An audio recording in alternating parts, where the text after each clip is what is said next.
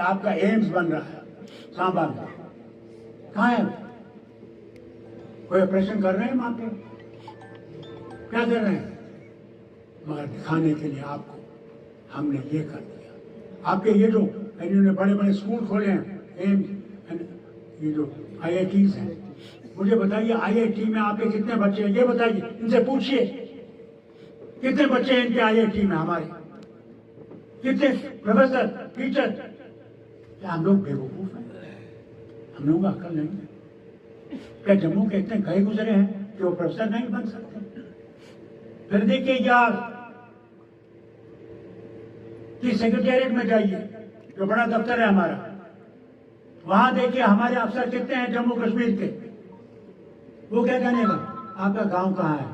वो क्या जानेगा आपकी मुसीबत क्या है जो यूपी से लाया गया है? और एक और चीज सुनिए, आपके पास बिजली है, 24 घंटे है। गर्मी में जब आप मर रहे होते हैं, बिजली गुल, और हमारी बिजली जो हम पैदा करते हैं वो ये देने वाले हैं यूपी को और राजस्थान। वाह वाह, हम मरे, हम खत्म हो जाएं, हम बर्बाद हो जाएं, वहां जाएंगे उद्योगपति सब बाहर से। यानी आप एक चमचा क्या, आधा चमचा भी रेत का नहीं उठा सकते, नहीं उठा सकते। आज देखिए रेत की कीमत कहां पहुंच गई। आपकी रेत यहां नहीं रहती है, आपकी रेत पंजाब जा रही है। बताइए क्या हाल है? जो चीज कुछ 100 में मिलती थी गाड़ी, आज 5-5, 7-7, 10-10 हजार में मिल रही। क्या करेंगे आप? इसको बदलाना या नहीं बदलाना? ये धक्के खाने। अगर हम लोगों ने अपनी तब्दील बदलानी है तो आज इस गठबंधन को मजबूत करना है। आपके नजदीक ही जसरोट, जहाँ पे कांग्रेस के लड़ रहे हैं, बलबीर सिंह, बहुत ईमानदार आदमी, मैं जानता हूँ, मैंने उनको MLC बनवाया था। शरीफ है, नेक है, उसको कामयाब करिएगा, उसकी मदद करिए, वो भी उठे, और अपने भाई को, इनको कामयाब, आजाद साहब कामयाब करिएगा, क्योंकि मैं जानता हूँ इनके वालिद जो ख्वाब था उनका, मुझे उम्मीद है जो ख्वाब पूरा करे और मेहनत करिए, मेहनत करिए। आपको सुनाऊं, बहुजन समाज पार्टी वालों से कहना, वो हमारे पास आए थे कि हम आपके साथ अठवास में हाथ मिलाना चाहते हैं।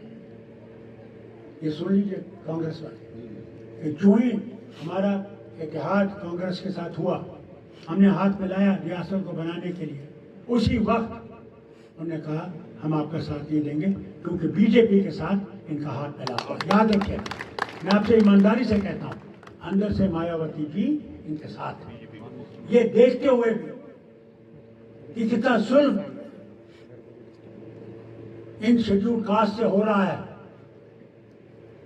कोई एक अल्फाज नहीं कहती। ये जो लड़की के साथ रेप हुआ राम मंदिर में, आपने सुना कुछ उसे? कोई जबान से सुना? क्या वो उसकी बेटी नहीं थी? अफसोस है, अपनी बेटी अपनी बेटी, गैर की बेटी अपनी नहीं। अगर हिंदुस्तान को बचाना है तो सब धर्मों की हिफाजत करनी है, सब बहनों की हिफाजत करनी है, सब बेटियों की हिफाजत करनी है, सब माओं की हिफाजत करनी है, तब हिंदुस्तान मशहूर होगा, तब हिंदुस्तान चमकेगा, बातों से नहीं चमकेगा। अमेरिका और विलायत और इधर जाके नहीं चमकेगा, चमकेगा तो यहां चमकेगा, इस देश में चमकेगा, और वो सारे भारत में चमकेगा। याद है आपको राहुल गांधी क्या कहते थे? मुझे नफरत की दुकान को बंद करना है और मोहब्बत की दुकान को चालू करना है। मैं इसमें एक और चीज कहता हूं, हमने नफरत की गाड़ी को डुबोना है और मोहब्बत की गाड़ी को सारे भारत में भेजना है, ये याद रखिएगा। और हमारे और इनका जो वो इलेक्शन मैनिफेस्टो, उसको पढ़िए। आप देखिए, आपका एक वर्ग है ओबीसी, उनका हाल देखिए, जो डेली वेटर है उनका हाल देखिए, डेली वेटर्स का मरते रहे, बोलते रहे। पार्लियामेंट में हम बार बार, मुझे यहां से कहते थे बार बार पार्लियामेंट में, जब इनके 300 मेंबर थे, सुना नहीं? किसान, जब वो बिल आई किसानों की, हमने शोर किया, हमने कहा साहब मेहरबानी करके किसानों की बिल सिलेक्ट कमेटी में भेजिए, इस पर गौर हो, इस पर समझा जाए, नहीं तो मुश्किल आ जाएगी। नहीं माना। जब तक 700 से ज्यादा किसान शहीद नहीं हुए और यूपी में इलेक्शन नहीं आना था, उसी दिन उसी रात को इन्होंने फिर वो वापस ले लिया। ये सिर्फ कुर्सी के लिए वापस लिया। आज तक ये फैसला नहीं कर सके कि मिनिमम प्राइस रेट क्या होना चाहिए। आज भी किसान बैठे हुए हैं, आज भी वो बॉर्डर्स पे बैठे हुए हैं, कहते हैं जब तक आप हमारा ये फैसला नहीं करेंगे हम नहीं जाने वाले। और इंशाल्लाह हम लोग इस पे दोनों ने बैठ के सोचा है किस तरह हम किसान को बचा सकते हैं, ये आप मसौदा में देखेंगे। और इंशाल्लाह हुकूमत आई तो किसान का फर्ज पहले है। मैं खुद जानता हूँ, वजीर आला था, यहाँ पे सारा खत्म हो गया था, बाढ़ आ गई थी, तूफान आ गया था, बारिश भी पड़ी थी, और कहीं कहीं तो कोई फसल नहीं थी। मेरे पास पैसा था सिर्फ 37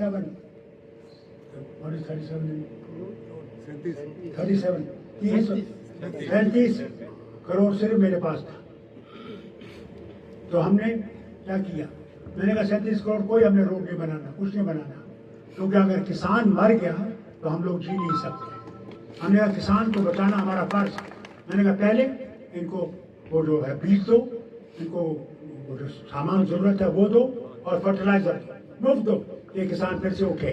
क्योंकि किसान सबसे ज्यादा रियासत में, सारे हिंदुस्तान में किसान सबसे ज्यादा है, और अगर किसान मर गया हम बच नहीं सकते। आज ये मुझे कहते हैं क्या आपने कुछ नहीं किया? अरे भैया अगर मैं गिरने लगूंगा तो तुम्हें घास आ जाएगा। क्या क्या नहीं किया, कहां से हमने उस हिसाब को नहीं पहुंचाया। खुद गुलाम नबी आजाद ने इस पार्लियामेंट के अंदर, राज्यसभा में, आपके वो लीडर ऑफ द हाउस थे, उन्हें 2 रियासतों का मुकाबला किया, एक तरफ से गुजरात, एक तरफ से जम्मू कश्मीर, और आंकड़े दिए हर चीज में, सेहत में, एग्रीकल्चर में, एजुकेशन में, हर चीज में, और दिखाया कि जम्मू कश्मीर गुजरात से कई जगह ऊपर है। मेरे ख्याल से उसी दिन उन्होंने फैसला किया किसी तरह से जम्मू कश्मीर को गिराना है, मगर जिसने उस भगवान का हाथ पकड़ा है उसको ये गिरा नहीं सकेगी। ये रियासत उठेगी, ये रियासत कमजोर नहीं रहेगी। ये रियासत याद रखेगा, ताज है हिंदुस्तान का, मुकुट है, मुकुट हिंदुस्तान का, भारत का मुकुट है, और मुकुट चमके रहेगा। जिस तरह सूरज चमकता है इसी तरह ये मुकुट चमकेगा, और सारे हिंदुस्तान में वो किरण लाएगा भाईचारे की, जो महात्मा गांधी ने उस वक्त देखी थी जब भारत और पाकिस्तान में लोग मारे जा रहे। आपसे कहता हूँ इंशाअल्लाह, ये जो कहते हैं ना 10 साल हुकूमत की है, मुझे ये बताइए किस पंडित को ये ले गए जम्मू कश्मीर? किस पंडित को? मनमोहन सिंह की हुकूमत थी और मेरे भाई बेटे की हुकूमत थी। यहाँ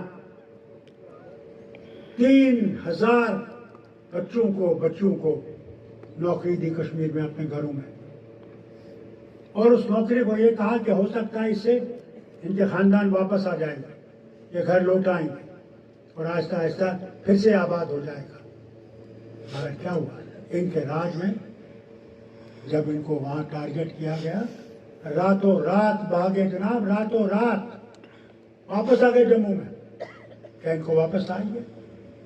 जो इनको नहीं वापस ला सकते जनाब, तो फिर किसको ये कह रहे हैं? किसी सामने झूठ बोल रहे हैं?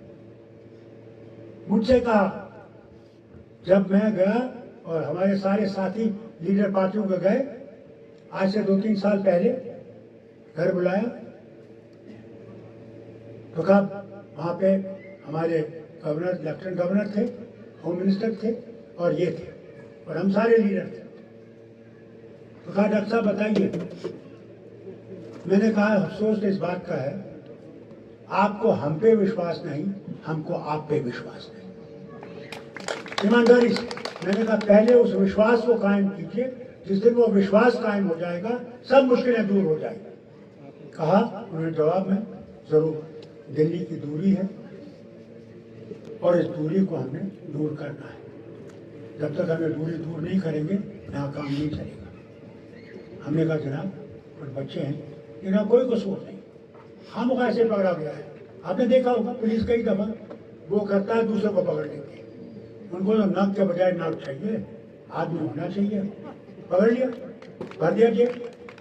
मैंने कहा जनाब एक कमेटी बिठाई, जो आतंकवादी इसमें उसको रखी, मैं नहीं कहूँगा उसको, मगर जो बेकसूर है गलती से रखा गया उसको तो छोड़ दिया। कहा अच्छा हम कमेटी बनाएंगे।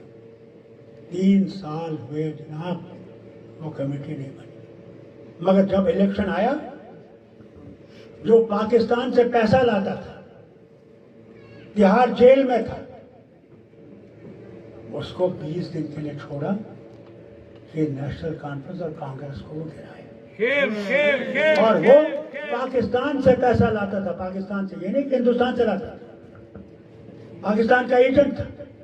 आज इनका एजेंट बना है और हमें कहते हैं हम पाकिस्तानी हैं। अरे भैया मुझे तो दिख रहा है तुम लोग पाकिस्तानी बैठे हो दिल्ली में हुकूमत कर रहे हो, तुम हिंदुस्तानी नहीं हो, तुम्हारी सोच हिंदुस्तान के लिए नहीं है, तुम्हारी सोच सिर्फ अपने लिए है। और इस सोच को बदलाओ। तुम ही थे अंधार लेने वाले और फिर हमसे कहते हो, फिर हमसे हम पे उंगली दिखा रहे हो। मैं इनसे कहता हूँ एक उंगली जो आप हमारी तरफ देख रहे हैं तो 3 उंगलियां आपकी तरफ भी निशाना बना रही। अपने आप को देखिए आप क्या कर रहे हैं। इसलिए भाई लोगों, अगर हमने बचना है तो भाईचारा सबसे ज्यादा जरूरी है, भाईचारा जरूरी है। मुझे बताइए, अगर इंसान बीमार हो जाता है, अस्पताल जाता है और उसे खून की जरूरत होती है, तो खून जब जा रहा होता है उसमें वो अच्छा हो जाने लगता है, तो डॉक्टर से कहता है भैया मुझे दूसरी बोतल लगा दो।